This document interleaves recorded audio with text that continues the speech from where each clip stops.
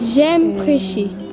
Grâce au sermon, je sens que je peux amener des âmes à Christ, à ses pieds. Prêcher fait partie de moi-même, simplement.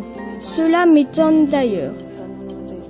Mon passage favori est le psaume 91. Il contient des textes magnifiques. Avant de préparer un sujet, mon père et moi sélectionnons un chapitre et nous nous servons des mots de la Bible dans les sermons. Quand Pablito avait 6 ans, son père l'a invité à chanter lors d'un service à l'église. Pablito avait souvent vu son père chanter et diriger les chants. Aussi, se sont-ils mis d'accord sur une pièce musicale et Pablito a chanté en solo pour la première fois. Soy un corderito del Señor que va de la mano del pastor. Quelque temps plus tard, son père lui a demandé si, cette fois, il serait d'accord de partager un message avec la congrégation. Le cœur de Pablito a bondi dans sa poitrine. Il avait espéré pouvoir le faire une fois. Et bien qu'il soit un peu timide, son père lui a dit que Dieu le conduirait et l'utiliserait à sa gloire. Aussi ont-ils choisi un thème pour son premier sermon.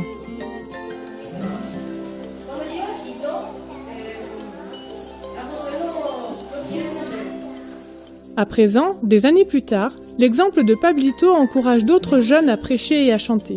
Ces jeunes prédicateurs, garçons et filles, forment un groupe encore aujourd'hui. Ils se préparent ensemble, étudient la Bible et prient les uns pour les autres. Ils veulent être prêts au cas où Dieu voudrait se servir d'eux quand ils rendent visite aux églises d'autres dénominations à Ascension, au Paraguay.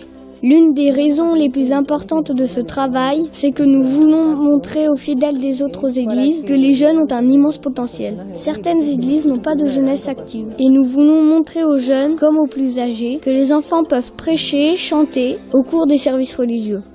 Dieu a un projet particulier quand il utilise les enfants pour toucher l'esprit et le cœur des gens. Nous devons tous nous engager à faire de la place à la jeunesse, à l'encourager afin qu'elle se développe et s'investisse dans la mission de prêcher l'Évangile jusqu'à la fin du monde, afin que Jésus puisse revenir bientôt.